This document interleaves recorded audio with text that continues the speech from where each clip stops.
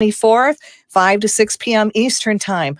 We are uniting as one to call down divine enlightenment over the earth and all life forms. So join us for 5 minutes or the full hour for this worldwide event online in the comfort of your own home. Tune in live to uprntalkradio.com or the UFRO Paranormal Radio YouTube channel.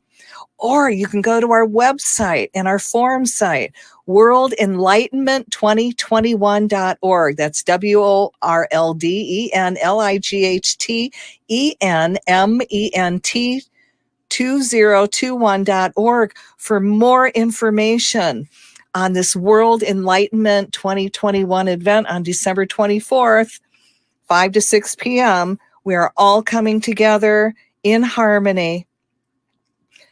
So let light unite. Think Quantum Leap, World Enlightenment now.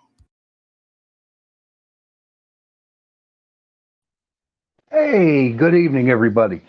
This is Shawn Kelly, host of the Pittsburgh Paranormal Into the Night show. So I wasn't on last week, and I definitely do want to apologize for that. I had a panic attack or anxiety attack, and there was no way I could go on because I wasn't in no mood or I wasn't in my right frame of mind to actually come across and talk to you. And so as I was sitting here waiting for the show to come on, you know, everyone's talking about mental illness nowadays, and I'm just gonna wing this because it's coming right out of my mouth. But you know, that was my very, very first experience with a really, really bad anxiety attack, and it scared me. It really did. I now take an antidepressant, and I'm okay with that. I guess it's helped me out a little bit more, kind of calm me down a little bit. But for all the people out there who are experiencing mental illness, you know, I feel for you, you know. And I hope and I pray that y'all get help, you know. Since being in this business for in the paranormal field, and even being on the radio and getting to meet a lot of people, there's also the ASL community too. And they are loving and caring people. They're awesome people. In fact, I've done an investigation with three people who are deaf and mute, and they use sign language. And what was very impressive about that was that they were actually signing, you know, and the EVP or the K2 meter was responding to it. And so that to me is like, it's like the spirits don't have to hear you. Okay, they don't have to hear you, you know, because they can read your mind. Because when people do sign language, all right, that the thought is in their head. So it's like, okay, the ghost hears that, and then in return it responses on the K2 meter. So I want to give a shout out to all my friends in the ASL community. Thank you for being my friend. You know, so it just really, really makes me feel good to know that other people with different handicaps are actually doing ghost hunting. You know, I believe that everybody should get a chance of going out and do some investigation. Do what you love to do. Okay. I'm also like the co-host of the last show, Chasing Prophecy. And we've been on for over a year now, me and Jenny, and now we got Jason, we got Trisha. In fact, Trisha is going to be a guest on my show next week, so it's going to be pretty interesting. But as we started the show, I started to get into, we had people on UFOs, aliens, Bigfoot, cryptids, stuff like that. And what was amazing, that well, I've gotten to liking aliens, and I'm like, gotten to liking UFOs. But you know, just like in ghost hunting, okay, for me, um, I've seen ghosts, okay? I have dealt with ghosts. And so I don't knock what other people study or what they believe in, but having all these guests on my show about all the cryptids and UFOs, aliens, it's like, okay, the only way I'm actually going to believe that they truly exist is if an alien comes down and shakes my hand right in front of me, or the spaceship lands in my yard and I see little grays coming out of there. Um, it's just great. The alien, just learning all kinds of stuff. You know, I was mainly into ghost hunting. I was into angels. I was into demons and, you know, ghost hunting because when I started PPS, it was really weird. Um, it seemed like every year that spirit put different people into my life, so I can learn like Wiccan, and I can learn about angels, and I can learn about demons. You know, and it's amazing how people were brought into my life, and as I learned from them, and I call them my teachers, it really helped me progress to where I am right now. And it's like I'm being taught all over again about, you know, the different stuff that are paranormal happenings. So as I continue on this journey that I'm on, um, I am I'm going to learn more, and there's nothing wrong with learning. You know, I can sit here and talk about all kinds of ghost stories. I can talk about all kinds of aliens and stuff like that, and whatever comes up on my mind. But my brain really, really wanders a lot, and so when I'm talking to you right now, you know, I really have nothing set in stone to talk about.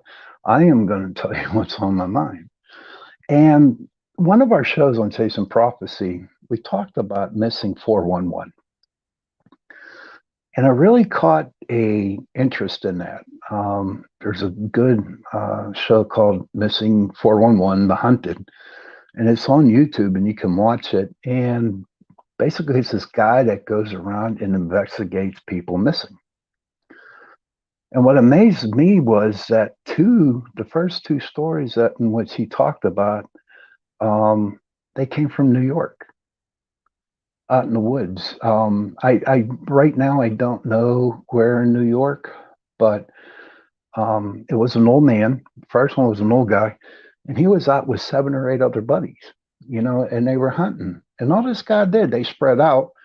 And all this guy did was walk into the woods and sat on a rock. Well, night came and they went back and they couldn't find him. There was no trace of him. They just could not find him. And they were really confused. And even to this day, they're confused because it is very possible, okay, that maybe he walked into a portal or he walked into a vortex of some sort, or he was nabbed by some extraterrestrials. Who knows what happened to him? But what amazes me is that how 1 minute you can be somewhere surrounded by your buddies, and the next minute you're gone. That's to me is like completely insane. So the question started going through my head was like, okay, why did they take him? Why did he walk into that vortex? Or why did the UFO come down and pick him up? No one knows, and I don't know. But to pick out one guy out of 8 or 9, and there were some of his family, his kids were there, his boys, and they were a lot younger. And I'm thinking to myself, okay, if the aliens really wanted somebody, they would go after somebody young. You know, what does the old guy have? And it's crazy because there was no choice. They just snatched him up. Now, what's crazy about the second story, I forget, maybe a month later, there was a guy at his house. At his house, you know, his wife went out and he came back. She came back. He was gone,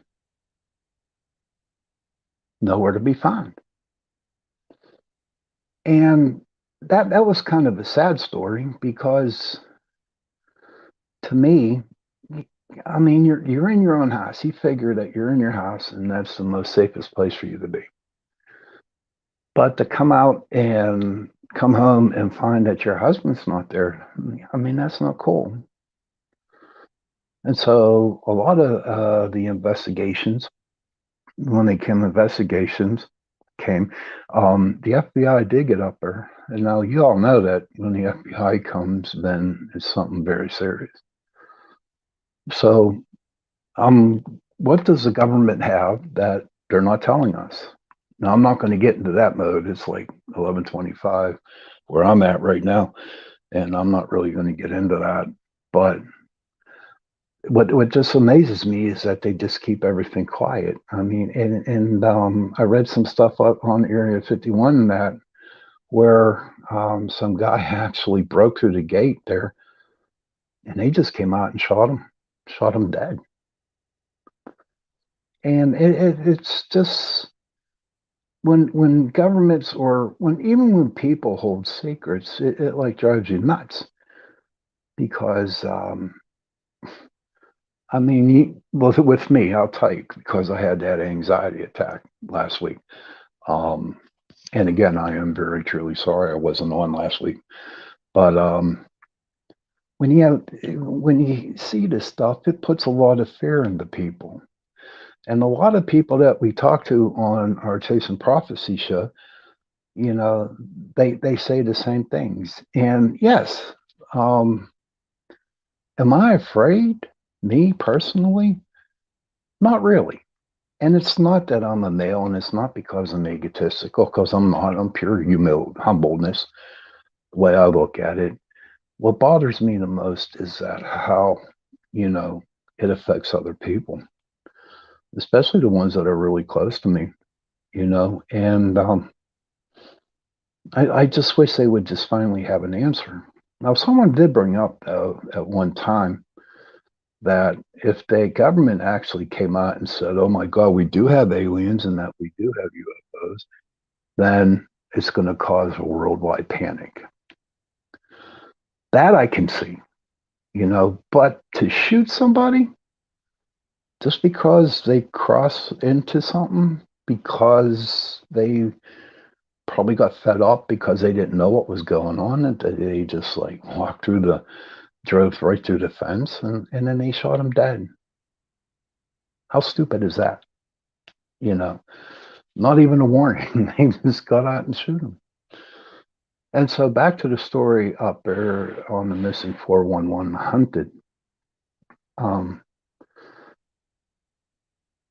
so I did a little research on that, on the day and the year that it happened to these two gentlemen up there. And come to find out, there was a lot of UFO activity that was happening in the area.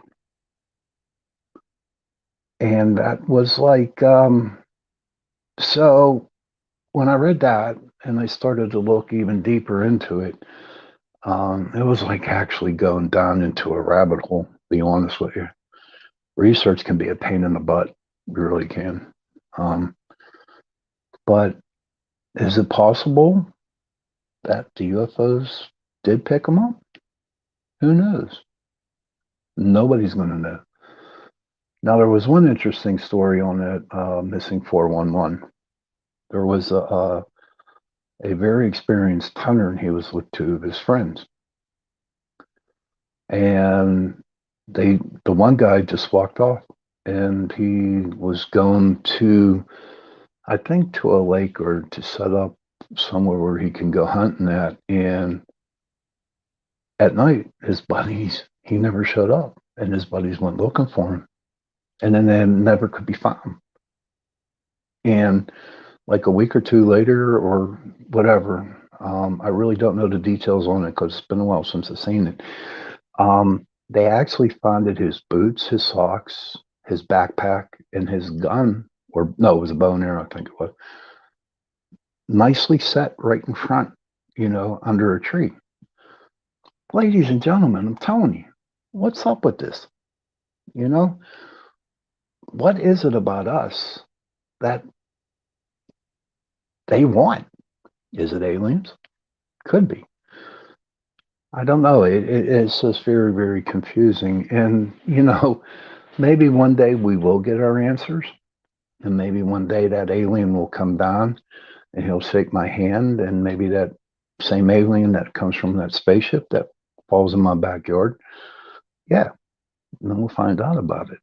Now, speaking of UFOs a little bit, I'm from Pennsylvania. And we have a little town called Kecksburg.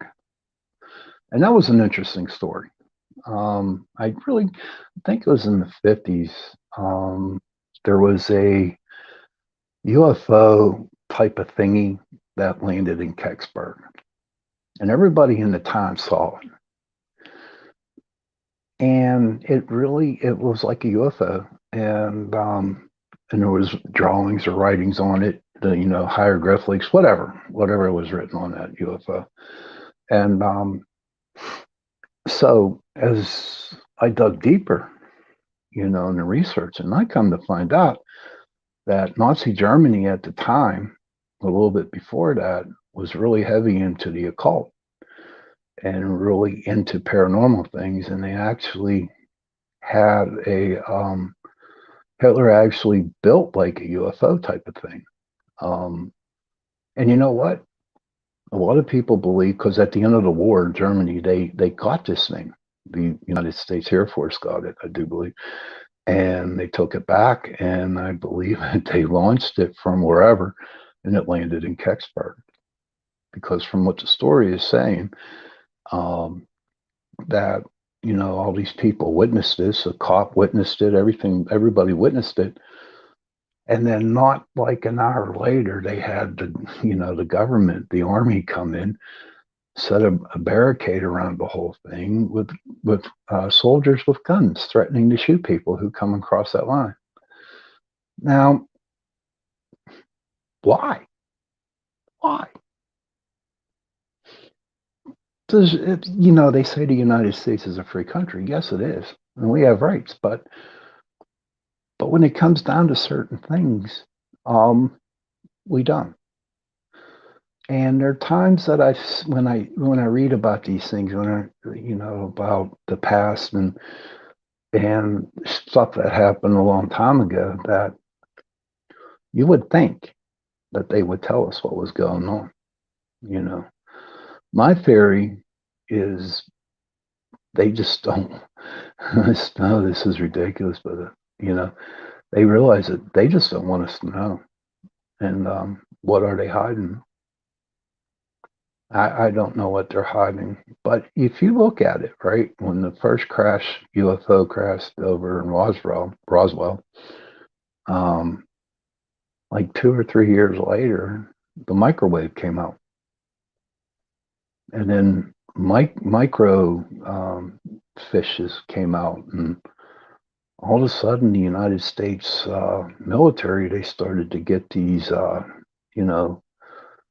fast planes in the way, different metals and the way the planes are rolling. And so I believe maybe, and this is my only opinion, I don't doubt it all, but it's my opinion that, the aliens in the United States, they have, they got something going on. They talk about underground bases. I truly believe that. Now I do. Who knows what's underneath there? All I hear is stories. And it's not just included in Roswell. It's like all over the United States. In fact, it's probably all over the world. Everybody remembers the show, that radio show, War of the Worlds. Look what happened to all the people that happened there. All people just like freaked out. because they really thought aliens were attacking. And so to me, I can understand back then whenever they were having that radio show. But now, I think in the 21st century, a lot of people read up on it and a lot of people kind of know there are. Why not just tell us? What can it hurt? What can it hurt to tell us something? Why can't the world be a better place? Why can't the world just no more fighting? Let everybody get along. Learn from other countries. It's all about the power, but the power eventually, I guess it comes down to money. To me, money's just money. You can buy as many yachts as you want. You can buy as many mansions as you want. You can buy whatever in the hell you want with money. But you know what? Money ain't everything. And maybe, they talk about ends of times, the apocalypse and all that. Maybe it's time. Maybe that story was written that maybe if all the negativity would go away, if something would come down, and with the sword and just got rid of all the bad. And we started all over again because, ladies and gentlemen, right, that if something happened and the whole world got not blown up, but everything died on it, the trees will grow again, the plants will grow, the water will come back running again and life will start all over again. But for now, no, I don't want that to happen. I don't want the earth to go away. I enjoy where I'm at right now. I just don't like the way people treat other people. And I know I'm going to get off subject here, but why can't we all be friends? Why do people have to have attitudes? Why do people have to, go around and mock people? I don't give a damn about your $2 million house. I don't give a damn about your Maserati or whatever the hell you got. You woke up. And however you got your money, maybe you busted your ass for it, and maybe it was just given to you on a silver spoon. Who knows, right?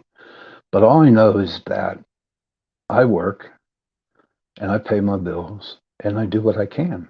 I do what I want to do because I know for a fact that I'm not going to be on this earth. I don't know when, only God knows. I believe that. I also believe that was written even before we were born. But why do people have to be mean? Why can't we just have one day? That's all I'm asking. One day. One day. Everybody who's listening to me tonight. One day. Just be nice to somebody. Shake their hand. Tell them they look nice. Tell the women who got their hair done, my God, I love their hair. I love your haircut. Give them a compliment. I work in the supermarket. I'm a meat cutter and I deal with people all the time. And it's funny because I can actually see people who are having a bad day. Maybe their mother passed away. Maybe they lost their job. Maybe they don't have enough money to buy food, whatever. But when I can go up and make them smile, but just saying hello, how are you? How can I help you? I mean, there were times, and I'm not, some knight in shining armor, but you know what? There were times that people didn't have enough money to buy food, which they need. I mean, and then I had no problem going up and paying for it, or I'd be in line, like in through a drive-through McDonald's, and I'd pay for the other people's coffee or whatever they ordered back then, who were behind me. Why not? Why? And I figure I'll never see them. I'll never meet them. But I know in my heart that I did something good for them. And we all should experience it. No one should be angry at anybody. No one should be jealous. Jealousy sucks. It really does. You know, in the paranormal field, you know, there's not a lot of happiness between other groups. It's like that, you know, they have to outdo each other. And it's just not paranormal groups. It could be a baseball team. It could be, you know, scientists and non-believers or whatever, you know, but they seem to have an ego. They seem to have an attitude. They don't need that freaking attitude. No, no. All they have to do is go up and say hello. Hi, how are you? Or how can I help you today? How hard is that? How hard is it to come up to somebody and say, do you need help? Do you? Oh, it's not hard at all. And if they need help, fine, give them help. If they don't need help, that's okay too. Let's just acknowledge the person. You'll be surprised. You'll be so surprised how much people want to be acknowledged. You know, now, I mean, some of them might give you a crappy look or some might ignore you. But you know what? You planted that seed inside somebody. I know whenever I do investigations, we don't charge. We don't charge at all. And because I believe that, you know, God put this path on me to help people understand why spirits exist, demons exist, angels, whoever. And I don't ask for money. I will tell you this, though, I would be rich if I did, but I would be defeating the purpose because I would be defeating the purpose of helping people. Going into their homes and telling them what's going on. It's just like, give me money, money, money, money. So what? No, no. We're not in this business for money. You know, if anybody wants to challenge me on that, fine, bring it on. But I believe helping somebody like you're there. And when people say, well, how can I pay you? How can I pay you? And the first thing I tell them, the very first thing I tell them is, give us a cup of coffee. Make us coffee or make us iced tea unsweetened because I can't do with sugar. If Russ is listening, he calls it shitty ass iced tea. I call it good iced tea. Good iced tea is tea that has no sugar in it. The other they like sugar in theirs. I don't. But we got it, and that's how it works. You know, you got to keep, you know, the flow of the energy just going around and around and around and around and around and around and around. And and when that does happen like that, you know, things move, people move, you know, different actions move. Whatever the action is, who knows? Um, to this day, I still have problems. I'm trying to figure out how to buy a computer. You know, I got this Mac Pro book computer that is like old and I have no use for it no more.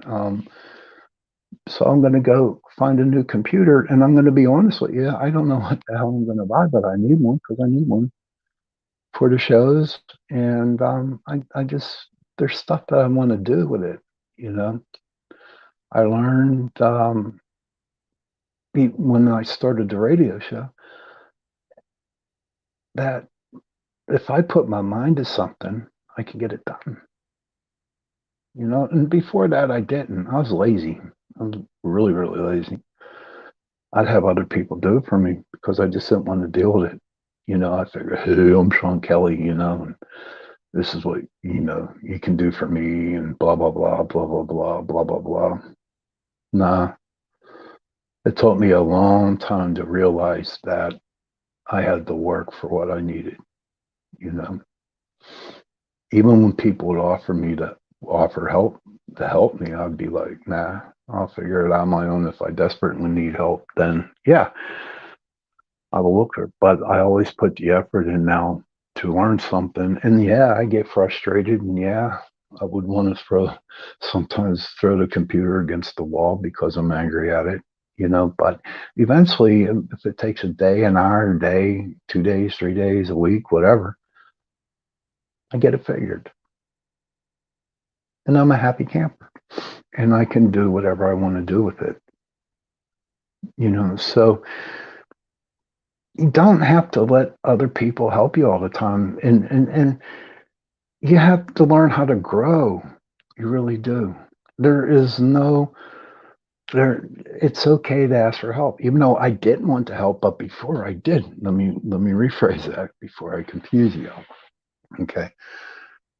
A long time ago, I let other people do what I wanted them to do because, you know, they just do it. But when I started to, like I said before, and then I started to figure things on my own, I wouldn't ask for help, but it was there if I needed it. So, this might sound so confusing. So it's my show, so it's gonna be confusing. If somebody needs help, ask. Give them a hand. You know, if they truly can't understand anything, what's going on in this in their everyday life, go up and give them a hug, or like I said before, just say hi. That goes a long way. It goes a long, long way when somebody's acknowledged, and we should be acknowledged even more and more every day. And then all of a sudden, you actually can see people smile. And when people smile, then there's no negativity around it. You know, I work in that supermarket and I just see all these customers coming in and they're not happy. They're mean. There's no reason to be mean. There isn't. So you make a little bit more money than I do. So what? This was taught to me a long time ago. Okay. Um, as long as you wake up, you got a roof over your head, and you got food in your belly, what more do you need? What more do you need? That you're alive.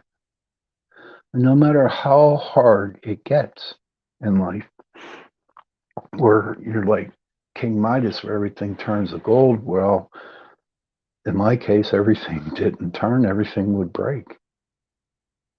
But, it just came down to have faith. I mean, I'd go days and days and days without um, nothing working, nothing working at all. But I managed to stay sober. I don't know if I told you all, but I have 30 years of recovery without drinking alcohol, 32 years without a drug. And those are some, everyone said, wow, look at all that time. Look at all the time you've been sober. But I tell you what, it wasn't easy. It wasn't easy at all. I had those bad days where everything went wrong. But you know what I had? I had faith. I had faith in God and in my higher power at the time. Now I call him God.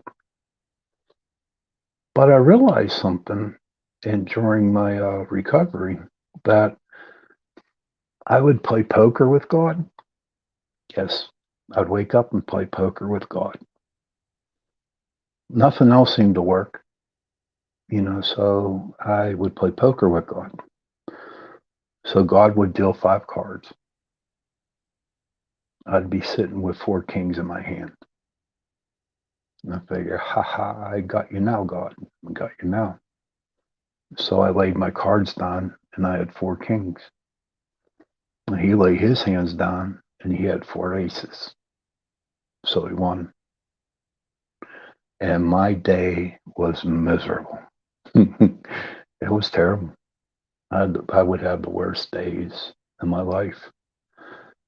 Getting sober, I mean, they were bad. Everything I touched broke. It was bad because I laid my hand down first. And after about a month and a half, 2 months of doing that, I finally realized, well, you know what, dumbass? If you hold on to your hand before you go to bed at night, and when you're about to go to sleep, then put your 5 cards down. And I did that. I started to do that. So I always had the 4 kings, and I know he always had the 4 aces. But you know what? I held on to my cards and I let him, run my day that day, because I had to have faith in him. Like, believe it or not, I had faith in that he would have like four queens, but that never happened. He always had four aces. And so I would lay down my hand that night before I went to bed and I'd lose. But you know what? I was going to sleep that night. So I couldn't do no harm to nobody or I couldn't do harm to me. And so I just, not even to this day, after 30 years, I still play poker with God every now and then. It's not peaches and cream. And anybody that, is in recovery, they do understand it takes one day at a time. And you know what? Sometimes 1 hour at a time, 1 second at a time.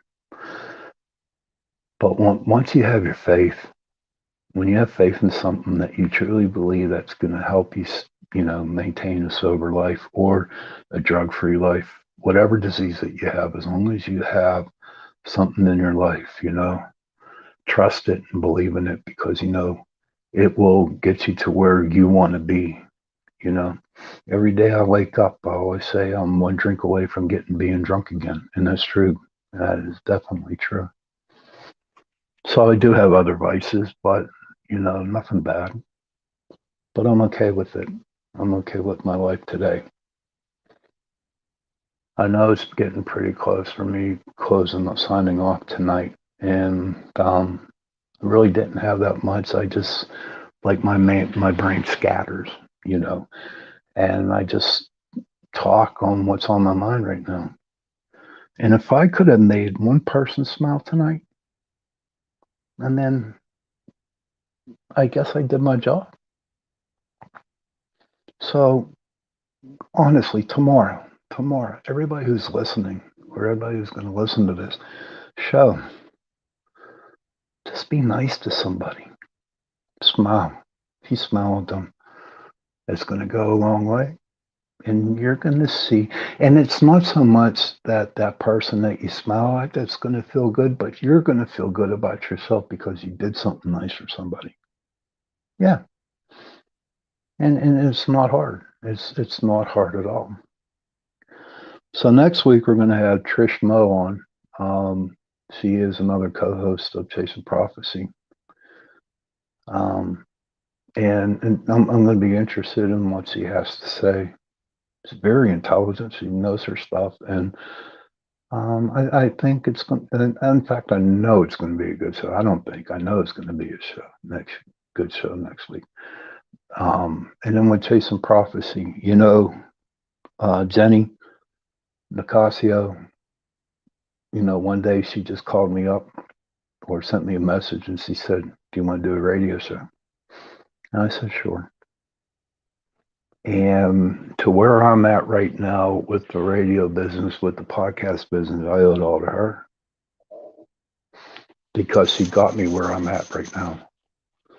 She's a good teacher. She's a good host too. She's a good girl. Then there's Jason, the other co-host of mine. He's in my group. He's my techie, and he brings a lot to the show too. And he's like my brother. He calls me Pap. I'm still debating whether going by Pap or Shawn. But hey, if you have an idea, Pap, Shawn, put it down in the comments and get it back to me, and we'll see what happens. Maybe I'll make it Pap. I don't know. But all I know is that it is 11:53, and I'm going to be signing off here shortly. So everybody, thank you for listening to my show. Remember, we're on UPRN Talk Radio, 105.3 New Orleans. And I hope you enjoyed the show today. So take care, and I will definitely see you tomorrow. Bye.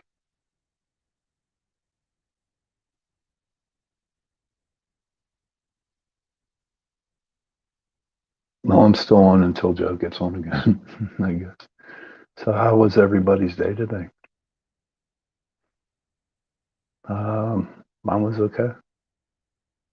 I'm alive. And Joe, if you're listening, it's time to go. But I don't know. I guess we can still keep talking about something.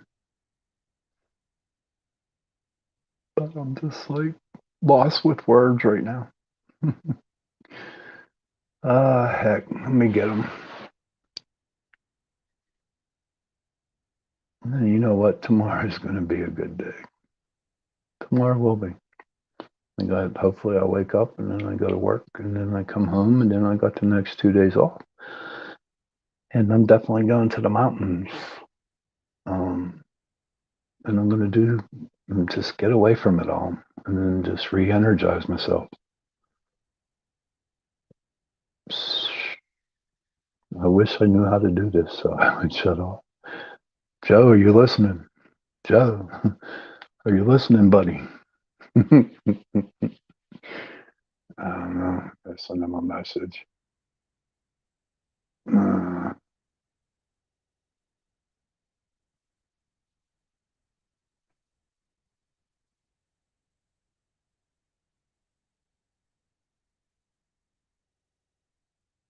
Okay, I just sent him a message.